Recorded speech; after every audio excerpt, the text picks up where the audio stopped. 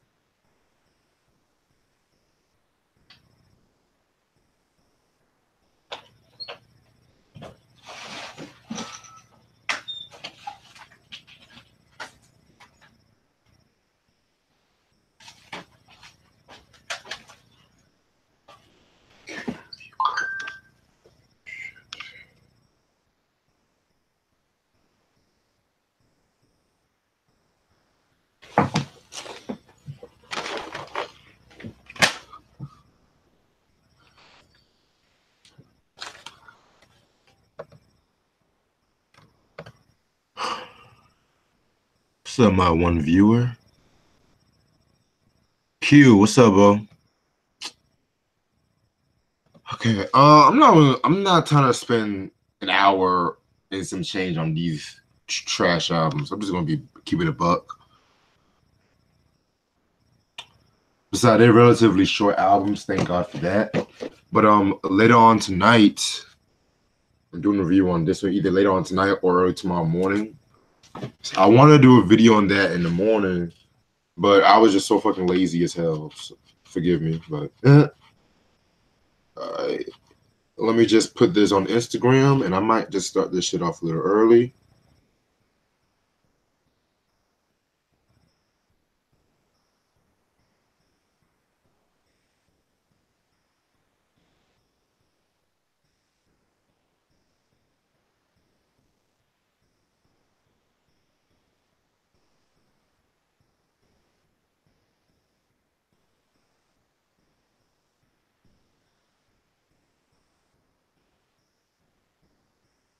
All right.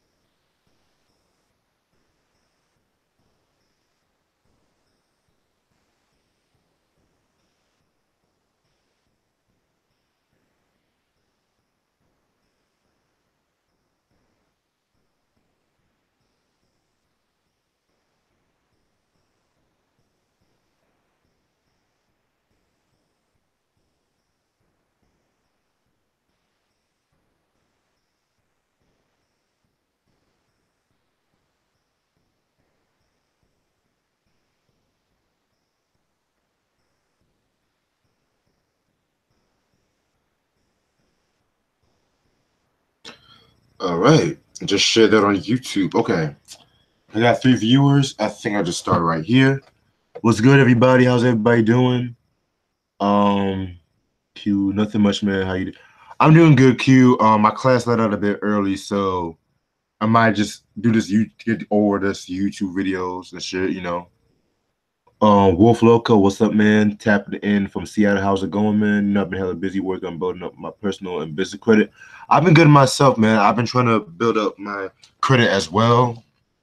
I actually just got my license renewed yesterday, so might look at getting a car very soon. Yeah. Sorry about all this.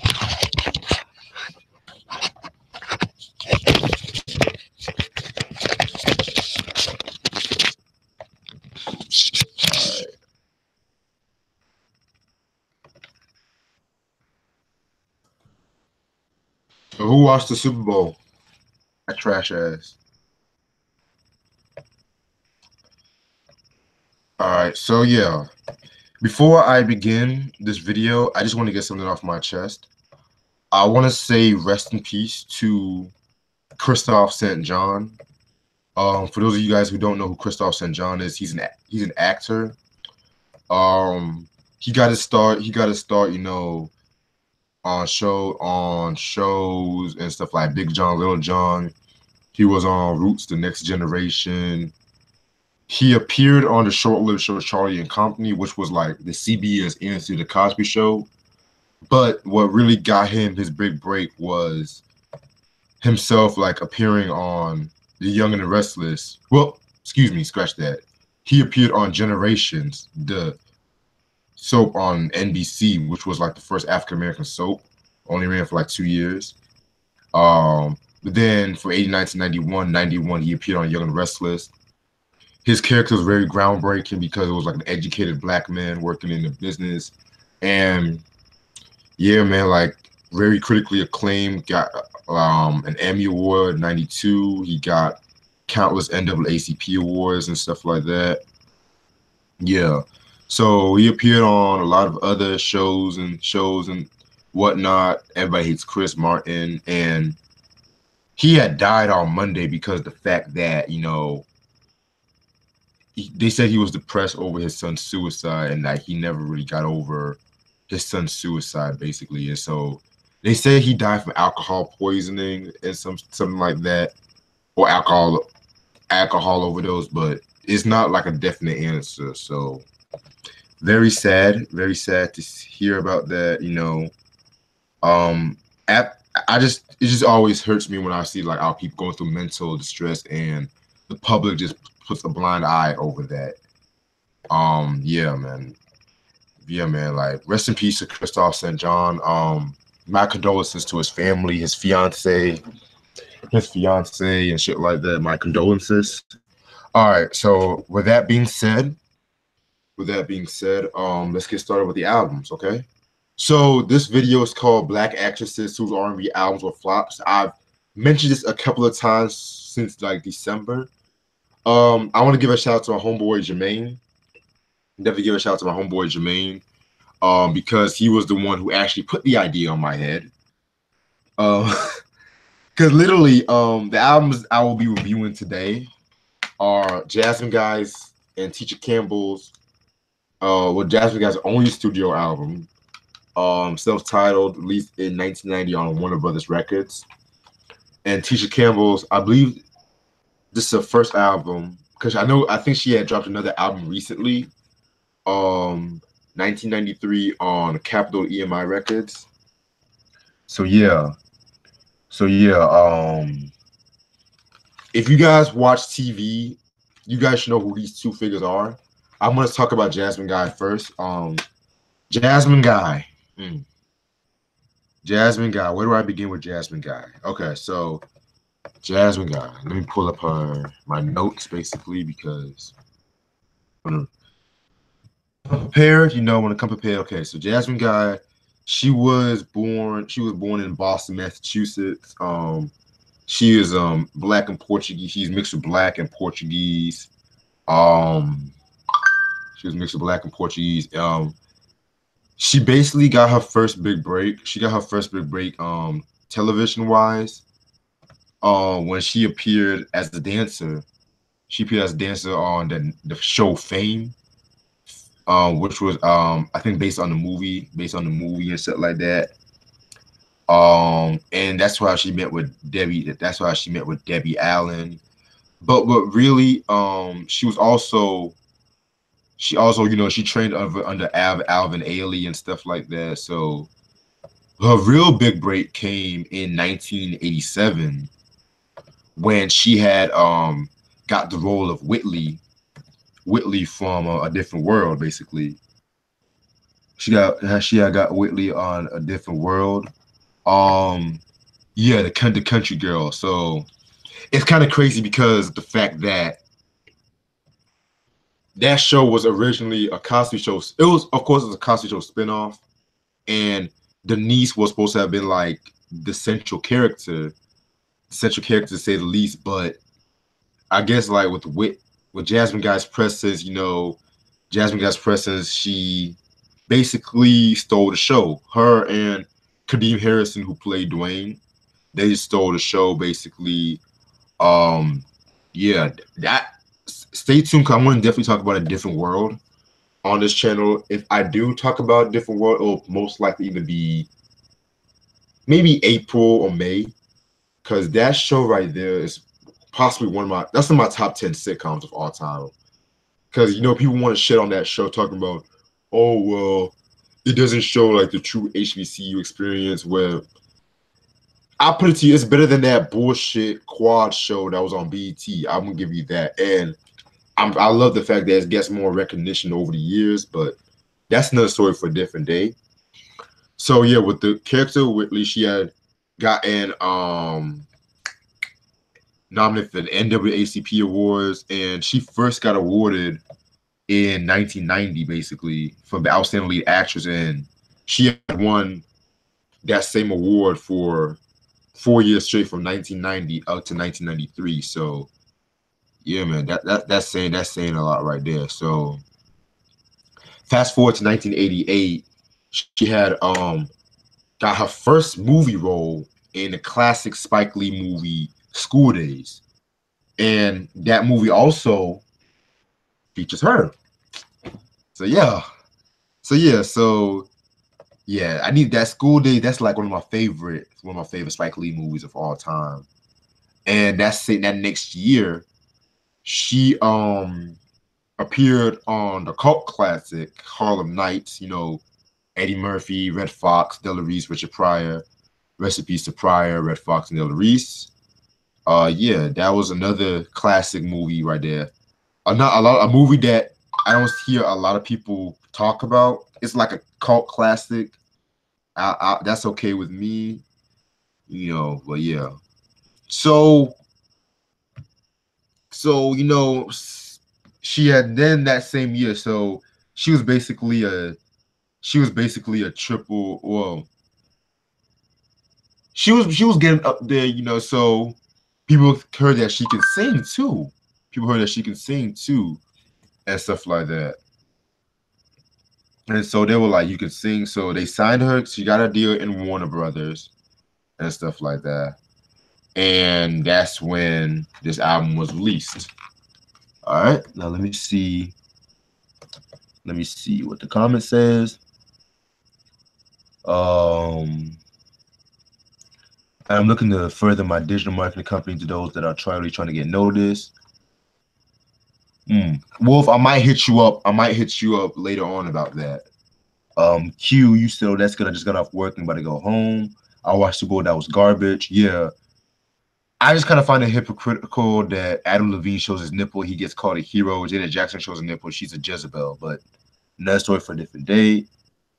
All right, and I figured I was going to organize Capital Records, so she was with Warner Brothers. I believe so, Wolf, because that huge sitcom WB. Remember when Tupac was on doing TV shows? Yep, miss having Tupac being around. He was a dope brother from around the way when Tupac came out with Janet Jackson. Oh yeah, him, Jasmine Guy and Tupac, they were very good friends too. She and Jada Pinkett, they were all very good friends. All right, so this is actually not a bad album cover, It looks like she's sleeping, you know. Ironically, this is kind of the same reaction I felt listening to Tisha Campbell's album, but I'll save that when I review that album. Yeah, Jasmine Guy, I'm not gonna front. She was not the. I mean, she was pretty, but she was not like a Don though. I always felt like Don Lewis and the girl that played Jaleesa and the girl that played Kim, Charlene Tilt. What's her last name? Charlene Tilton. I think something like that. I could be wrong. I always thought they were prettier though, in my opinion. Not knocking Jasmine Guy off, but it's just that notion that you're light skinned, you're automatically over everybody. But I don't wanna Charlene Brown. Chanel Brown, that's her name. Chanel Brown, excuse me. Okay. So yeah. And nothing really to it with this. It just shows like the credits and stuff like that. Producers include Full Force, whom you guys should know. Full Force. They're best known for working with like people like the real Roxanne. I believe Lisa and Cult Jam and UTFO. Yeah, so not really the biggest fan of them to be honest with you. Timmy Gatling, Oliver Lieber, Donna Robinson, Rex Salas, Mike Murphy, Raymond C. Jones, DJ Eddie F of Heavy, Heavy D and the Boys fame.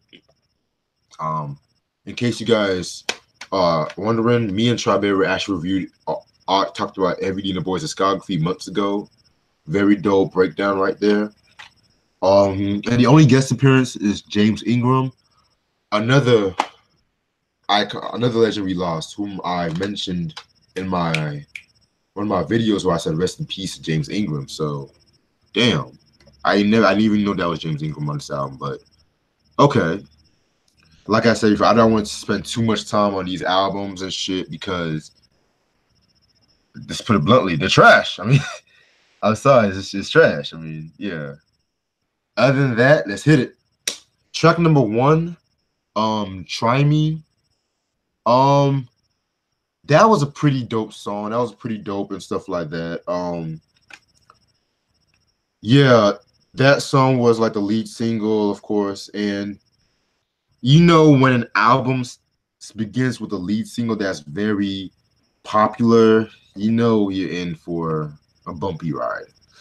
That's what I always saw. Oh, I forgot to show you guys this. Like, yeah, this back cover, like, yeah. Now, like, her in the early 90s, I would say she's kind of pretty, but that was a pretty pose. Track number 2, another Like My Lover. Yeah, that was another single. That was the second single, if I'm not mistaken. It's kind of generic. I kind of got a very generic feel towards this song. I felt like I've heard it all before. Another Like My Lover. Basically, yeah. Not really too big on this song and shit, but the beat was decent. Yeah. Fuck out of here. Track number 3, Don't Want Money. Self-explanatory, Don't Want Money. Basically what I got is like, you don't want a nigga for his money and shit like that.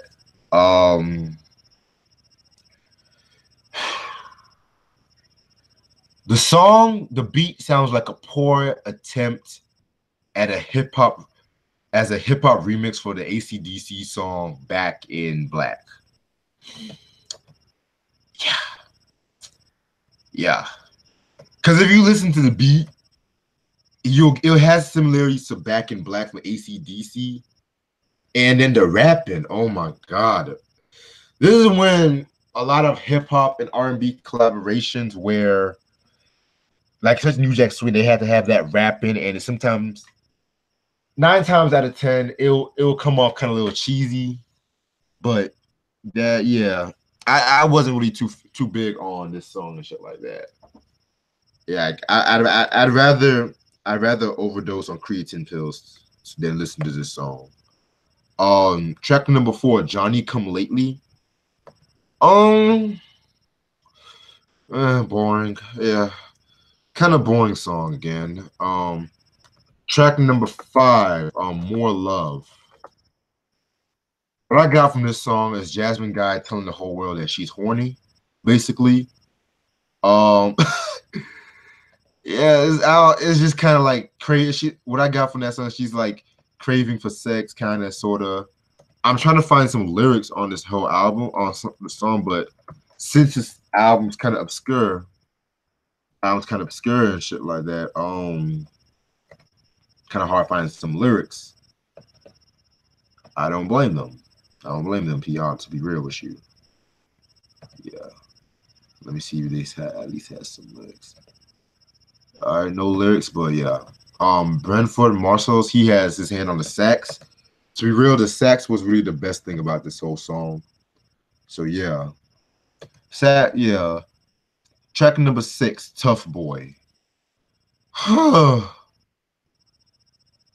Wait, scratch that. I got my notes mixed up. Tough Boy was a song where I felt like she was a little horny. More Love, I actually did kind of like that song because it was a more jazzy feel, but she was still horny a little bit. I can still sense the horniness in the voice, but Tough Boy basically talks about she wants a boy that can basically handle her in bed, basically. Yeah, just yeah. Nothing really to it with this song. Track number 7, Everybody Knows My Name. This was like the 1990s version of when Rihanna and Drake came out with that, oh nah nah, what's my name? Nah nah, what's my name? Yeah. I could care less about that song. I gotta be real. Track number 8, Just Want to Hold You. Just Want to Hold You. That features James Ingram, like I mentioned. Yeah, James Ingram kind of ups this song a notch too. That boy, man, he can sing his ass off, man. Like, I'm gonna say this one more time. If you guys really want to listen to him at his best, check out the shit he done with Quincy Jones, most likely to do the album. His first album that came out, I believe, in '83 as well. So yeah. And track number 9, I Don't Have to Justify.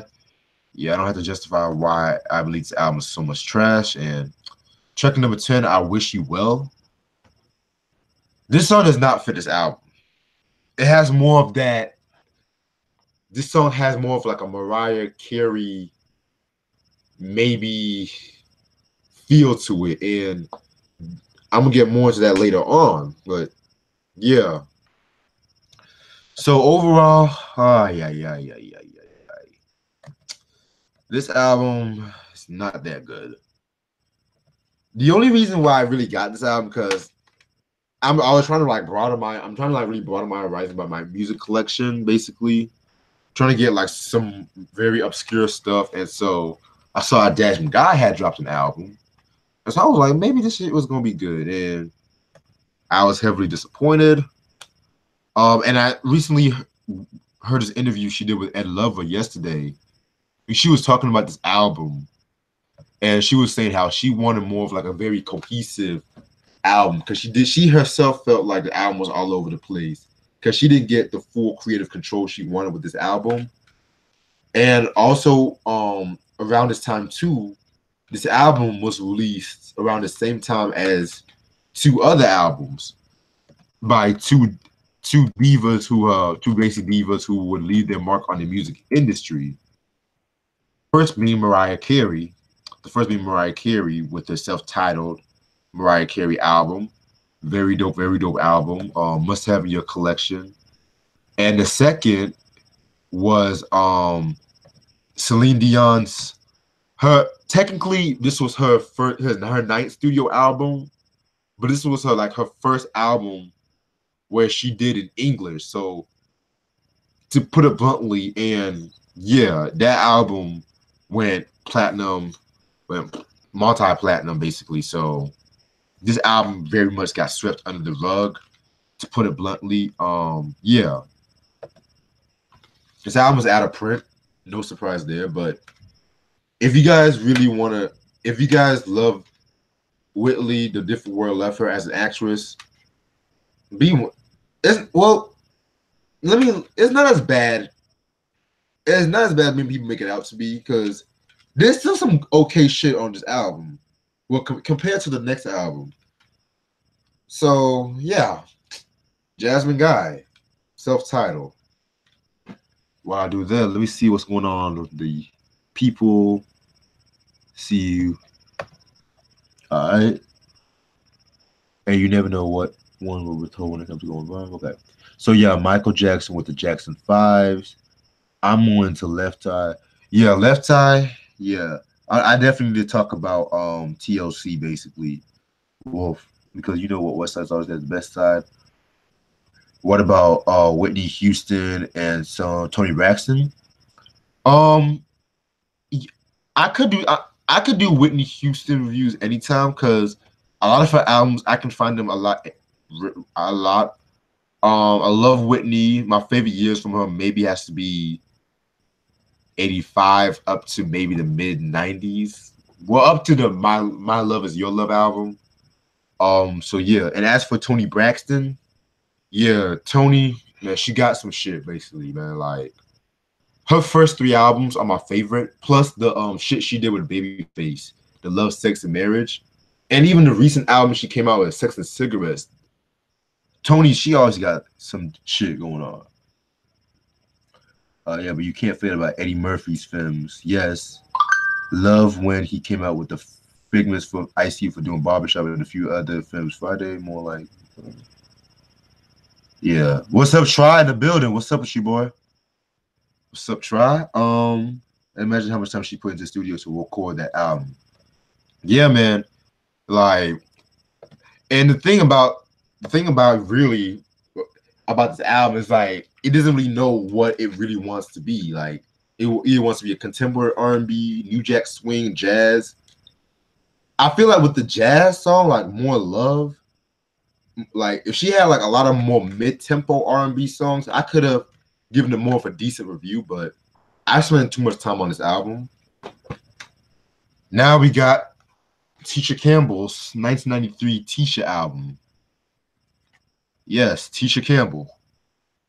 Oh my God. Oh my God. Oh my God. Oh, okay. Now Tisha Campbell. You guys should know again. You guys should know who she is. She is a actress slash singer born in Oklahoma City, Oklahoma, but she was raised in New Jersey. She was raised in Jersey and shit. Yeah, she was always like around the music atmosphere, stuff like that. She was always around the music atmosphere because her mom, not only was she a nurse, but she was a talent major, gospel singer, and a vocal coach and shit like that. Um, her she got her start, doing like talent shows and things of that nature.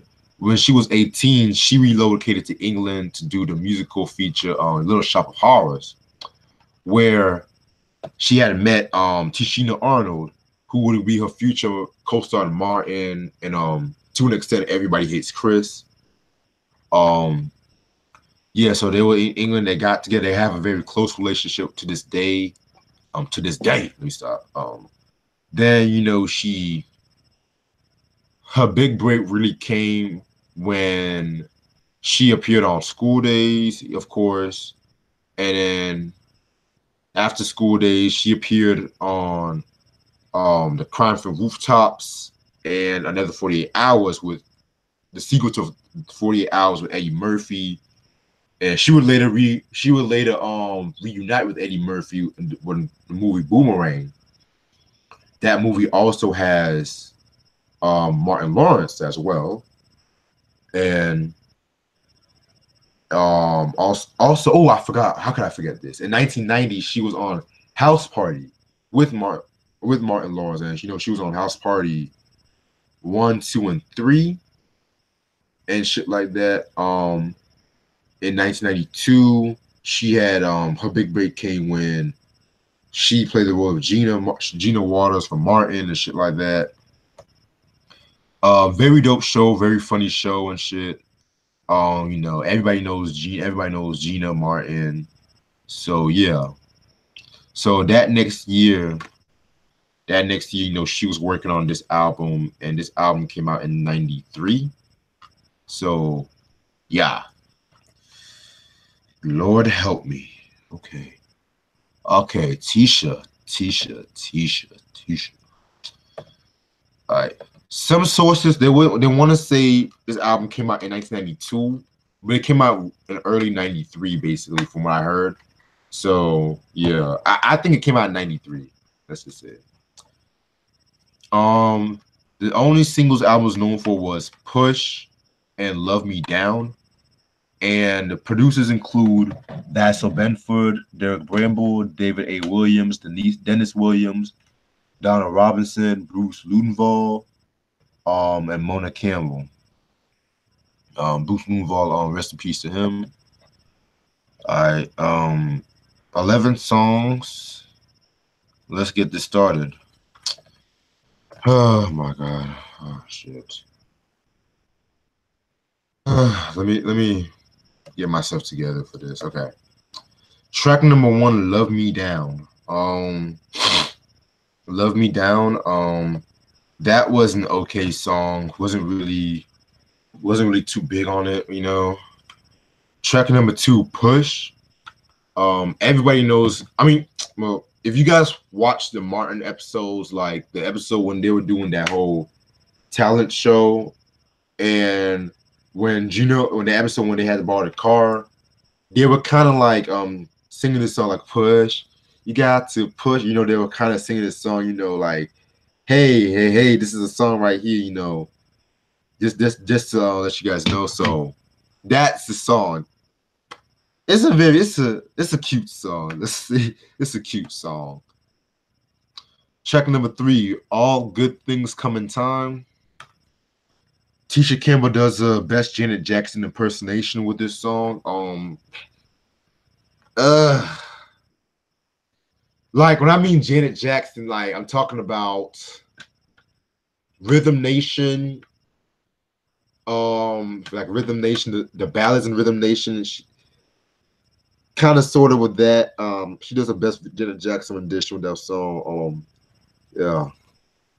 Track number 4, Rap Your Love. Track number 5, Broken Hearted.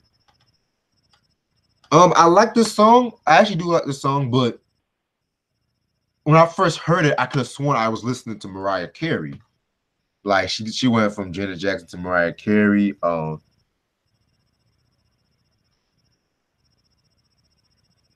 Yeah. So yeah, that's one thing. That's one thing I gotta say about that song and shit like that. Then you got to track number 6, Love's Got a Hold on Me. This is actually one of the songs where this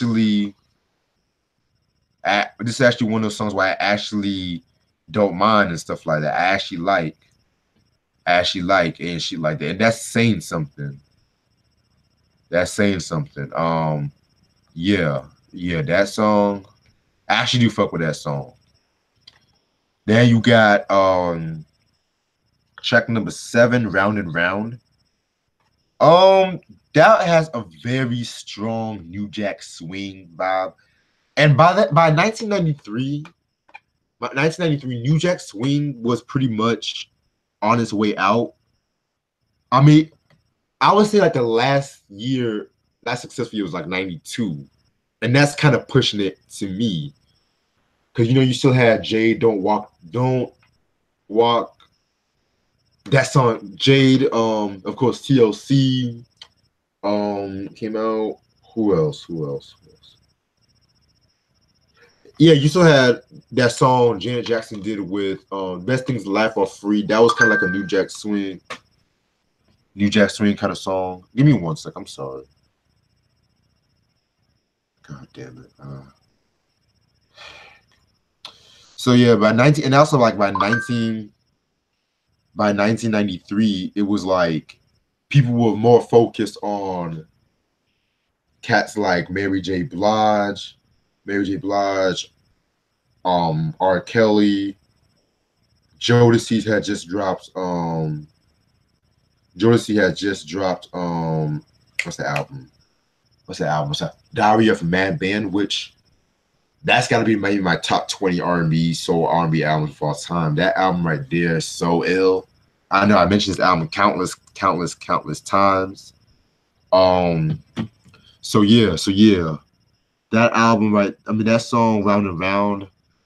Eh, it's all right. It's all right, but the New Jack Swing was just kind of overwhelming to say the least. I'm sorry. Give me 1 second.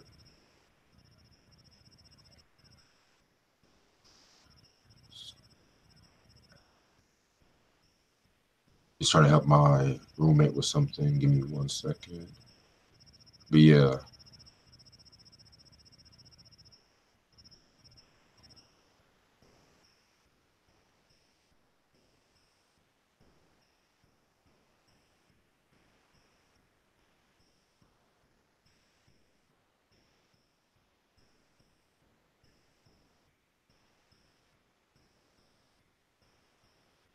All right. Yeah, just had to call them an Uber. Other than that, next track. Damn, this album's still going on. The Feeling's Right. Ugh. Well, I'm glad you think The Feeling's Right because I fucking hate this album. Damn. Okay. Track number 9. Why Won't You Love Me? Because you keep releasing trash like this. Track number 10. If This Is Love. Pretty much the last couple of tracks they wanted to really emphasize on the love and stuff like that, but then the last track, Love Me Down, the LAJ extended remix.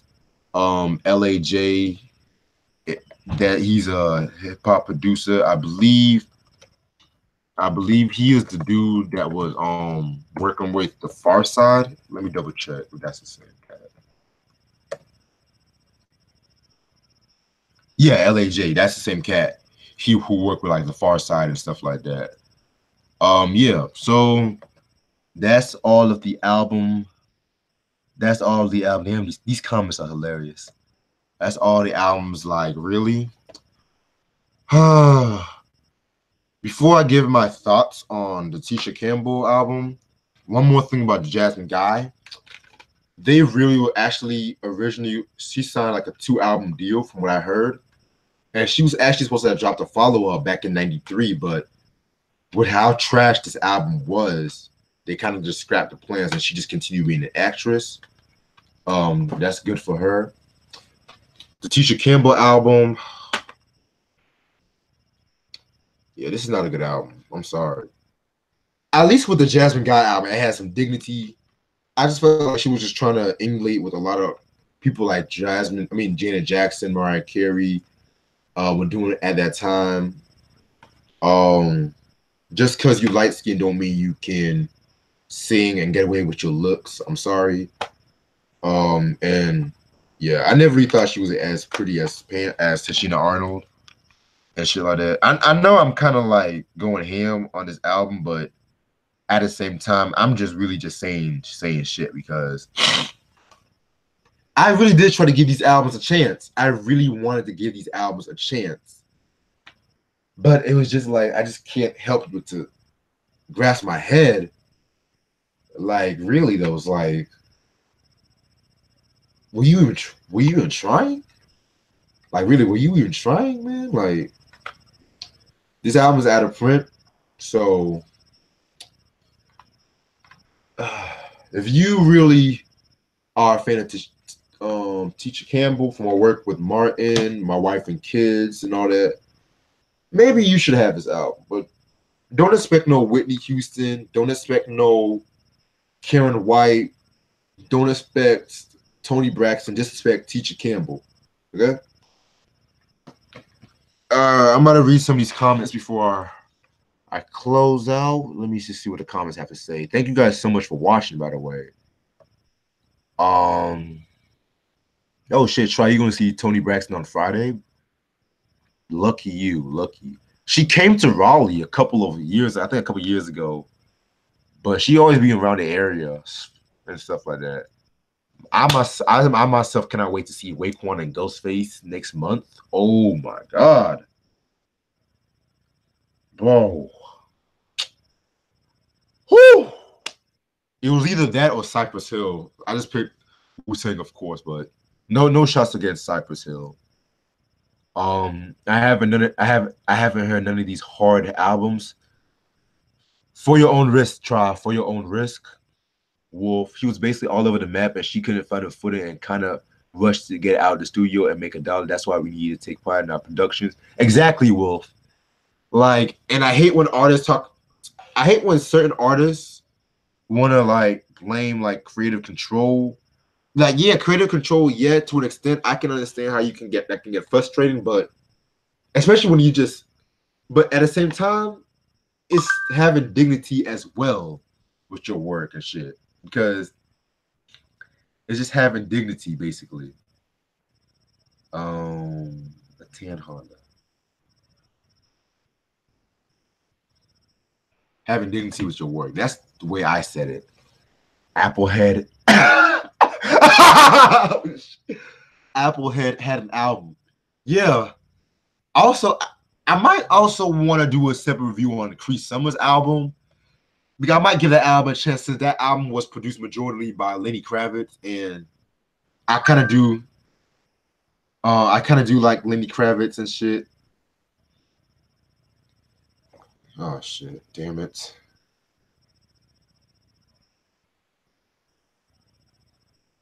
Yeah, I like Lenny Kravitz. I definitely feel like he's a underrated artist. Um, yeah, I might check that Cree Summer album out. If I do a review on that, expect it to be sometime around this summer. Um, talk about that Raven Simone. Oh, try, please don't bring the album.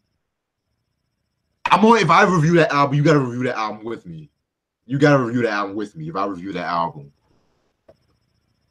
I'm thinking of marketing some artists and putting albums into Wood to Strip as that was I originally found my comic, but because I wanted more, I will around scope. Hey Wolf, if you don't mind, can you put like any contact information on the chat? Or matter of fact, I'll message you. I'll message you, but I'm sorry. Give me 1 second. I'm so sorry.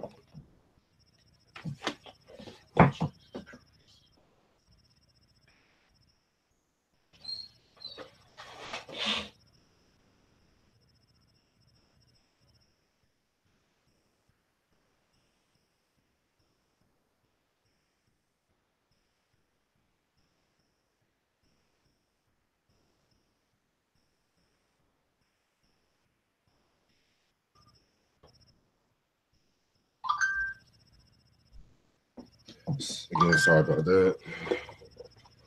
Nothing really big, but yeah.